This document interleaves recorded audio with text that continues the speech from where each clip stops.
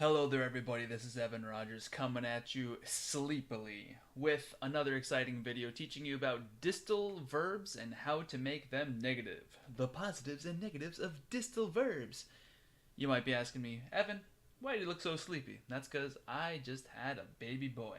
And boy, am I tired. So is my wife. We're both exhausted. Anyway, that's not concerning you right now. What you're probably wondering about is what the heck distal means, right? Distal is basically what every other textbook calls polite. When you're trying to be polite and put a distance between you and the person speaking, we call this distal. We will get into that later. Get ready for a lot of info. Sounds like a very easy premise, distal and negative positive, but it's going to be a little bit confusing.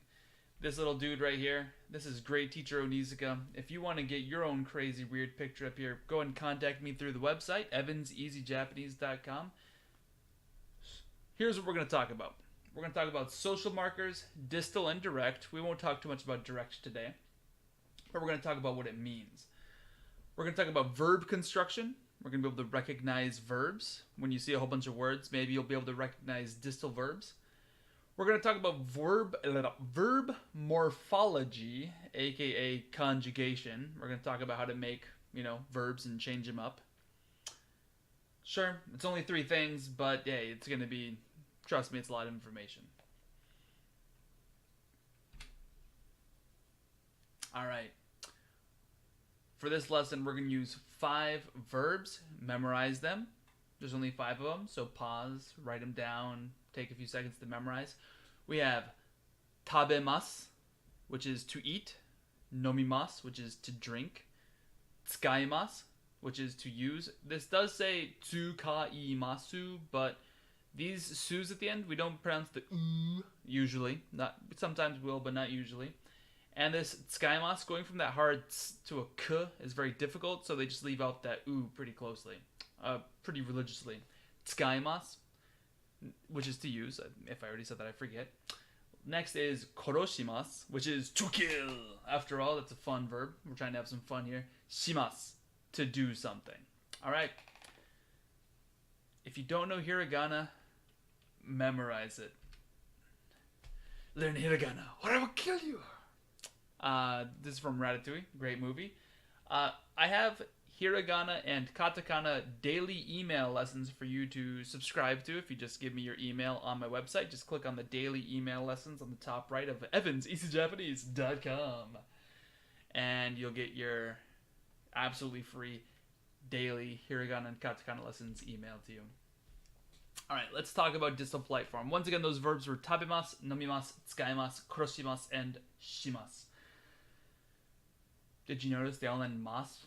Well, that's because that's the distal marker. Every single verb in Japanese, every single sentence has different levels of politeness.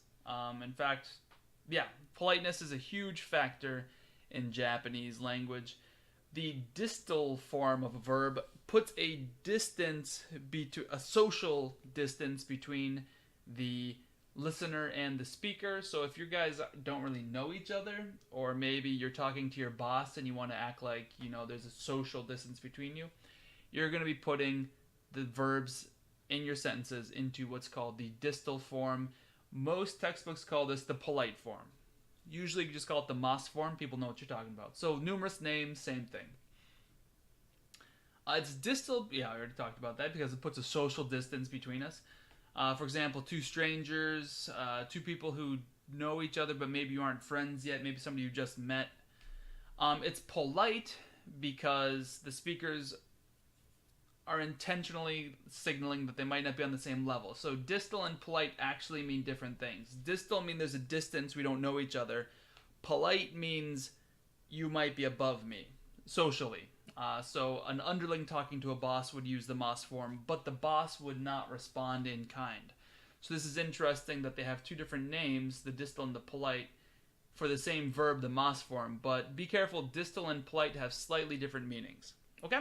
Cool. Alright, well, let's talk about English verb morphology, aka English conjugation. It's really crazy. Have you ever thought about, English? It's really weird. Let's look at these awesome examples of how wonderful English is.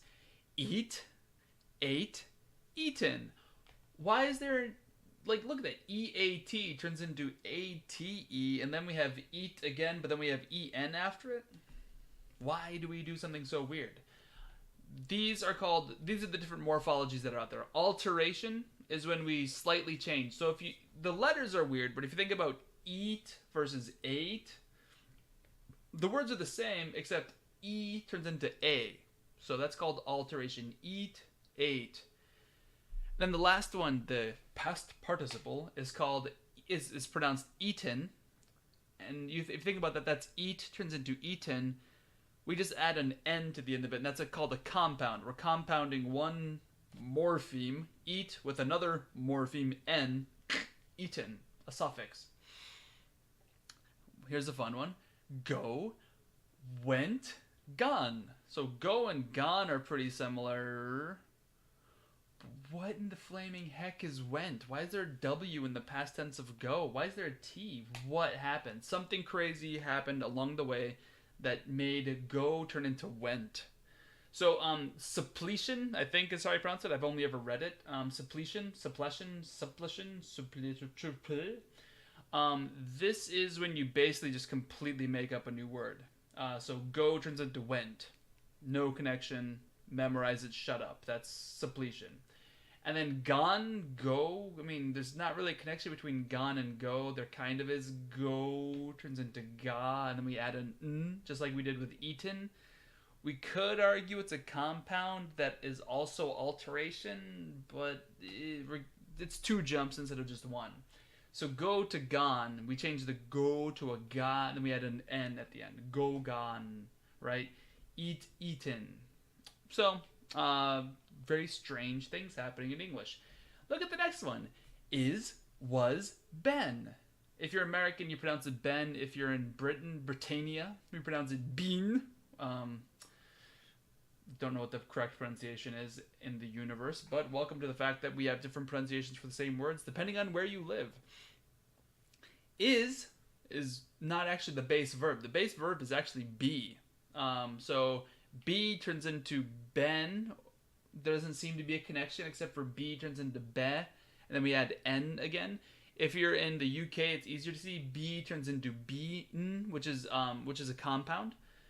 Is turns into was. There's no real reason for that. That's a suppletion. Is, was, is. It's kind of a it's kind of an alteration. Is, was.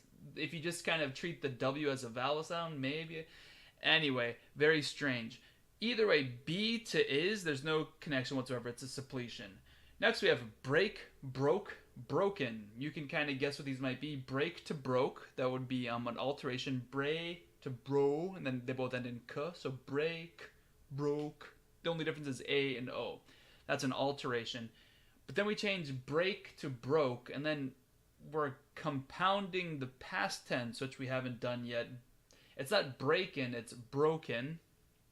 Odd. Broken is a compound. Then the last one, how about this fun one? Read, read, read. They're all spelled exactly the same. And we do an alteration from read to read. And then there's no change for the past participle. Read. We could add another one. How about the word for put? Put something down here. Put, put, put. All of them are exactly the same. English is stupid. English verb morphology, aka English conjugation, is incredibly dumb. It's literally just shut up and memorize it. Very annoying. Luckily for you, Japanese is much, much easier. So let's keep it simple. I just threw a lot of English and linguistics at you. Eat versus ate, eaten, eating, that's a lot of stuff. We're going to go a little bit slower. So I threw a whole bunch of, like if I was teaching that lesson to a Japanese person, that would have been, depending on how often I see them, that would have been hours upon hours of work to get to them to that point. So you'd have to teach it to them, have them memorize them, explain what the differences is. We're going to go way slower when I'm teaching you Japanese, okay?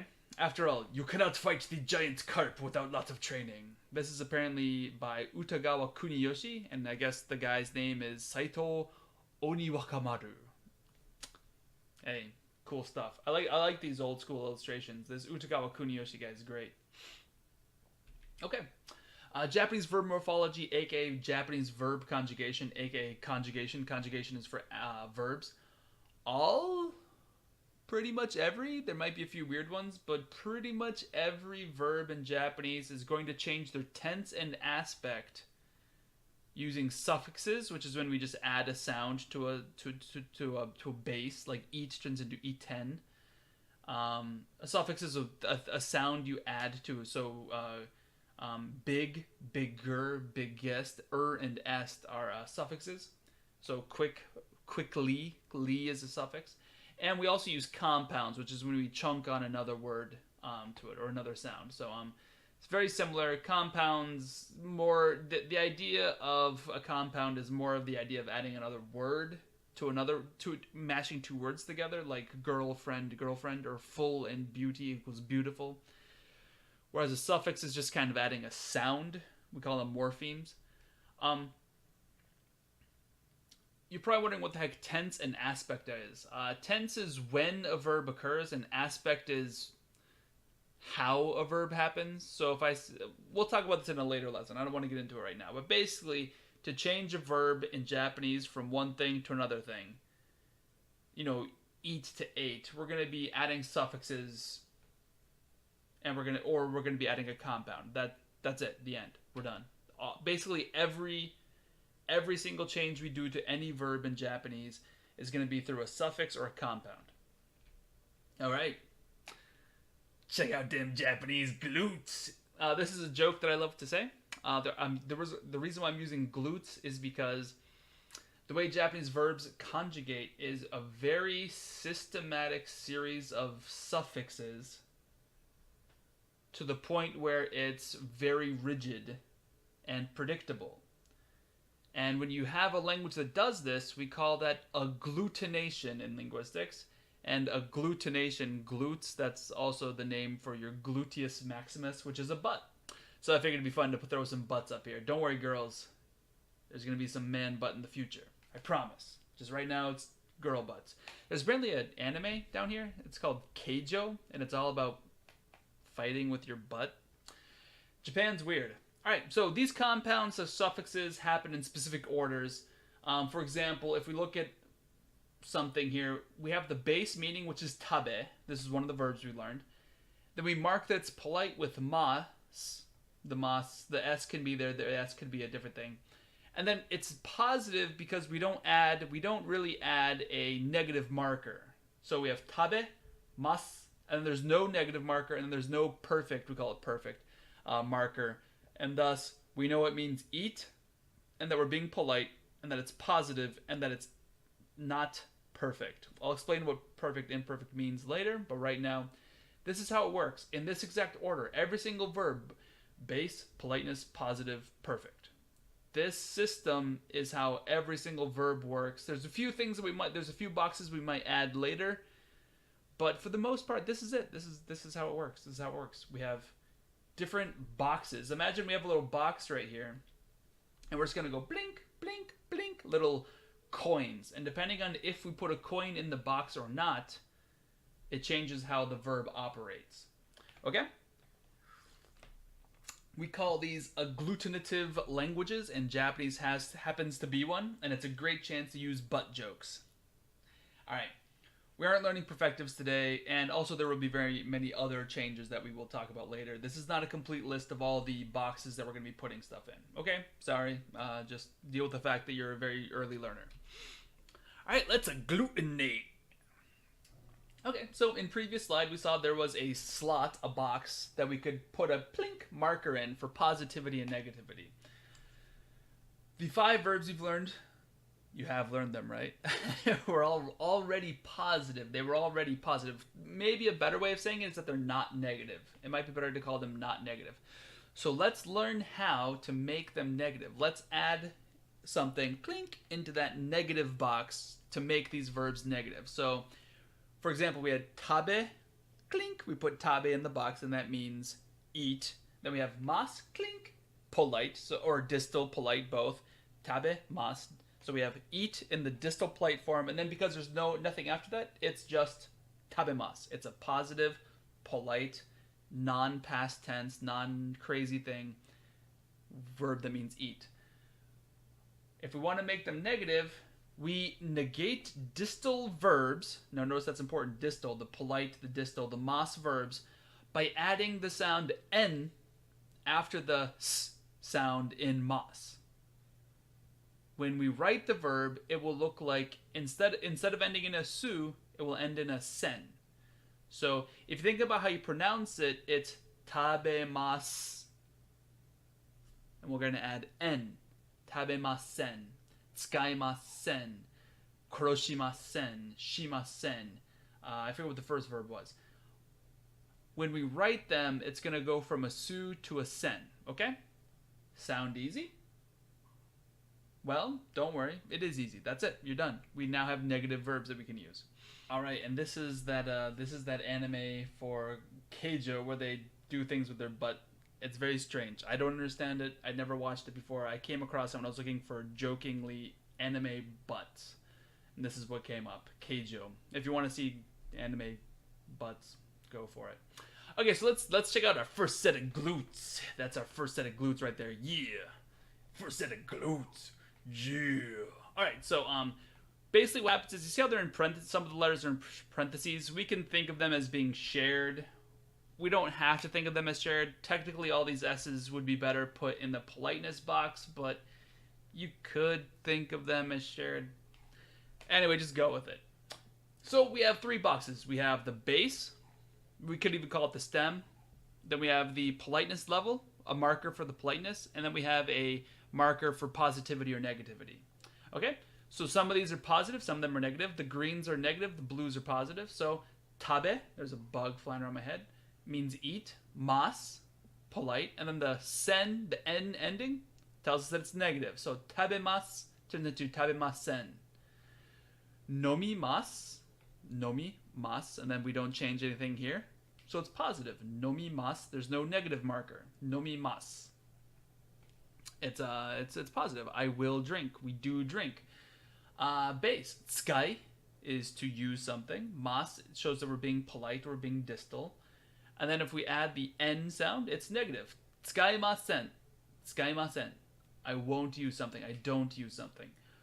Koroshi masen. I don't kill. Thank goodness. That's true. I haven't really killed many things in my life. Koroshi, kill. Mas, for the distal, being polite to somebody.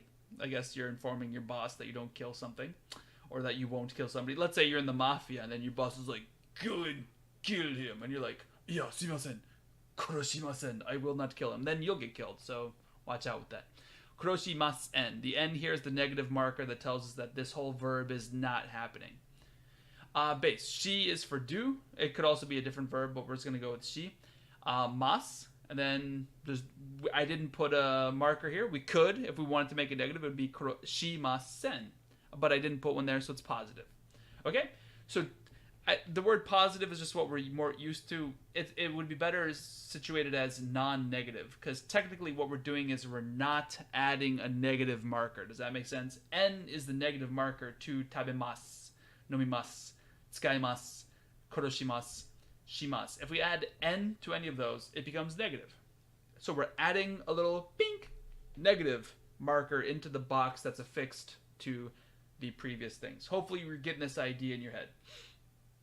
Welcome to Agglutination. Yeah, look at them glutes. Alright, I'll be stopping a pervert. Once again, ladies, there'll be man butt in the future, I promise. It's hard to find good man butt anime stuff, but we'll find some, I promise. Refresher of the vocab, tabimasu, nomimasu, tsukaimasu, kuroshimasu, shimasu. If you're complaining about my pronunciation, sorry, I'm just blasting through this. You'll get pronunciation in the future. Can you make them negative? So take a second, make them negative. Notice we're not adding a new word like we do in English. Yeah, this is a great point. This is a great point. Oh, Evan, I'm such a genius. In English, we say I will eat versus I will not eat. We're adding not, which is kind of a separate word. In fact, we can kind of like mix it up. So I won't eat, or we could say he did not eat, and all these different crazy things that we could do with not. We're just changing the suffix. Really, we're adding a suffix. We're adding a suffix. Tabemasu, tabemasen, nomimasen, tsukaimasen, kuroshimasen, shimasen. You're probably sick of me repeating myself. Hopefully it'll sink in. Notice how we're translating them as will or do eat. So all of these verbs, we'll talk about this when we get into the perfective, imperfective verb agglutinations. That's when the boy buttocks will come in, trust me. All of these can either be similar to the English habitual, something does happen, like I eat pizza every Friday, or they could be like the future, where I will eat pizza this Friday. Same with the negatives. If they're negatives, it will be I don't eat pizza every Friday, or I won't eat pizza this Friday. Okay, so when we're going to do a little bit of translation, just remember that context is key. When we translate, especially in Japanese, context is key. Unfortunately, we don't always have the entire context. If we just have a single sentence, we don't always know what happened to make that sentence get generated. Thus, we have to be ready to accept that we aren't sure who is doing what or what they're doing, but we just have to know that someone is doing something. And in the picture, just like this, we get a snapshot of an event, and we have to try to figure out what's going on. We have no idea why he's doing it or what the flaming heck he's doing, but you can recognize it's cool and important. Alright, translation's an example. Tabemasu. If we just translate this, in context, it could mean I will eat it or I do eat that. It's a positive. There's no negative marker. See how there's no sen at the end? Shimasen. This one does have a sen at the end, right? Shimasen. The subject, whatever the subject might be, will or does not do something. I won't do that. She won't do that. They don't do that. I won't do that. They won't do that. She won't do that. Notice how it's a question in this next one. Nomimasen. Nomimasen. Nomimasen. Nomimasen. You don't drink that? It could have two meanings. You don't drink that? Oh, nomimasen. We don't drink that? Nomimasen. Or, nomimasen. Won't you drink some? It could be an invitation or a surprise. The habitual negative question in English turns into incredulity. You do not drink milk. You don't drink milk. Don't you drink milk? So you can see even in English the exact same verb conjugation system, even though it's a different system. The exact same conjugation turns it. Oh, my baby boy's waking up. I'll take a break after this screen to go get him. So the exact same conjugation, although we do it a different way, creates the same idea of don't you drink milk? Nomimasen. You're not going to drink that? Oh, you don't drink that? If it's habitual, it turns into you don't drink that? Oh, I thought you drank Coke. However, if we do the future, won't you drink some? It turns into an invitation. Nomimasen ka? Won't you drink some? Nomimasen. Won't you drink? You will not drink. So if we add the word some, you will not drink some. It's a statement. Let's make it negative. You won't drink some. Now let's change it into a question. Won't you drink some? It turns into an invitation. Isn't that crazy? In Japanese and English, if we do the same conjugations, although we use a different system, agglutination versus crazy English, we get the same idea of invitation or incredulity. All right, so one more time. Tabemasu, I will eat or I do eat, or somebody does eat or somebody will eat. Shimasen, I won't do that, she won't do that, they don't do that. Nomimasen, it could have any of meaning. It could have one of those two meanings. You don't do that. You don't drink that? Or won't you drink some? Depending on context. Context is king. Context is king. Alright. I'm gonna grab my baby, I'll be right back. Here he is. Alright, let's do some translations. He's less than a week old right now. Yes, you are. He's looking for his mommy's milk. Alright, let's use a few things. Let's look at a few more examples. Tsukaimasen. Remember, tsukaimasu means to use. Tsukaimasen makes it negative. The N ending makes it negative. So, tsukaimasen. They will not or they don't use... It could, in context, it could be chopsticks.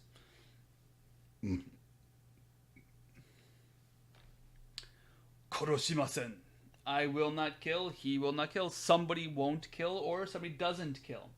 We have, I wrote down, he will not or does not kill that thing that we both know about. So you told me to kill a monkey and I said, oh, kuroshimasen. He will not kill a monkey.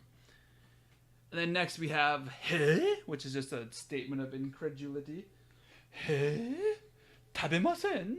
What? You're not going to eat that? You don't eat sushi? You're not going to eat sushi? Hey, 食べません? You don't eat sushi? What? Say what? Hey, 食べません? You don't eat sushi? Okay. It could be sushi. It could be, I don't know, whatever. We don't know. In context, we don't know. Without context, we don't know. The second to last one is 飲みます.